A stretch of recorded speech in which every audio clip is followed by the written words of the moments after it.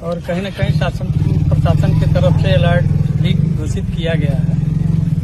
और यहाँ चूंकि कैंप लगा हुआ है और एसडीएम तहसीलदार भी मौजूद हैं, अभी हम लोगों से बात हुई है कि जितना जल्दी हो, जितनी भी जो भी आवश्यक चीज है, चाहे नाव का हो या राशन पानी का हो, तत्काल व्यवस्था करा दिया जाए कि आम जनता को कोई तकलीफ नहीं। स्थिति क्या है? आप यहाँ के विधायक हैं, स्थिति क्या चल रही है? लोगों की फसल कितनी नुकसान हुई है? राहत शिविर की क्या स्थिति है? लोग घर से बाहर निकल रहे हैं, पानी फसलें तो जितनी डूब रही है सब बर्बाद हो जाएंगी, चाहे गंगा नदी का हो चाहे घाघरा नदी का, जितनी फसल डूब जाएगी वो सब नष्ट हो जाती है। इसलिए कि करीब 20 दिन 25 दिन महीनों दिन तक पानी टिक जाता है, तो उसमें फसलों को बचने की संभावना ही नहीं रह जाती। सरकार के काम से संतुष्ट हैं आप? नहीं, सरकार के काम से तो संतुष्ट नहीं हूँ, इसलिए कि यही दुबे छपरा रिंग बात पिछले बार जब माननीय अखिलेश जी मुख्यमंत्री थे तो उस समय मैंने अपने पैड पर दुबे छपरा रिंग बांध पर 39.5 करोड़ रुपया स्वीकृत कराया था। और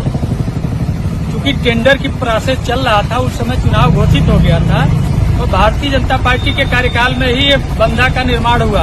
इतना भ्रष्टाचार, इतना लूट खसोट हुआ शासन प्रशासन की तरफ से कि वो बंधा एक भी गंगा जी का बाढ़ नहीं झेल पाया, जमी 2 हो गया।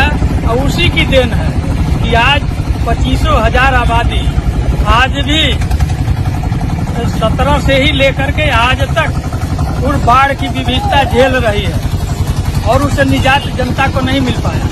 बार बार हम लोग विधानसभा में प्रश्न लगाते रहे, पत्र व्यवहार भी किया कि दुबे छपरा रिंग बांध का निर्माण करा दिया जाए, लेकिन रिंग बांध का निर्माण आज तक नहीं हो पाया। इसी की देन है ये 25,000 जनता जब भी पानी बढ़ जाता है इस विविधता को झेलने के लिए विवश होती है। मुख्यमंत्री जी ने 11 मंत्रियों की टीम बनाई है बाढ़ से निपटने के लिए, क्या कहेंगे? देखिए, टीम आ जाकर के क्या करेगी जब वहाँ निर्माण कोई परियोजना नहीं होगा। दुबे छपरा में अगर रिंग का बांध का निर्माण हो जाता तो वो लोग आते भी तो संतुष्ट होकर के जाते। जब यहाँ कोई परियोजना नहीं रहेगी तो आकर के वो लोग क्या करेंगे? गंगा जी के पानी को तो नहीं घटा सकते हैं ना। और अभी तक राशन पानी का भी इंतजाम नहीं हो पाया। बाढ़ के पहले अलर्ट होना चाहिए, सारी व्यवस्था होनी चाहिए, लेकिन अब देखिए पानी तो सबके घर में आ गया।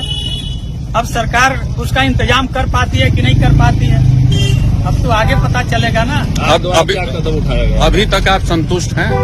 देखिए, संतुष्ट रहा जाता तो ये स्थिति नहीं आती। अभी मैंने कहा कि जिन जिन गांवों में नाव की आवश्यकता है, जितनी नाव मांगी जाती है ग्रामीणों द्वारा उतना नाव उपलब्ध करा दिया जाए और राशन पानी का इंतजाम करा दिया जाए कि अगर महीने दिन तक भी बाढ़ रुकती है तो उन्हें कोई दिक्कत न हो। अधिकारियों का ये मानना है, कहना है कि सारी चीजें उपलब्ध हैं, किसी को कोई दिक्कत नहीं है। अभी ज्यादा देर नहीं है, 2, 4, 5 दिन के अंदर में ही अगर राशन वितरण नहीं होता है, बाढ़ प्रभावित लोगों को भोजन पानी का इंतजाम नहीं होता है, तो खुद उन लोगों की कलाई खुल जाएगी।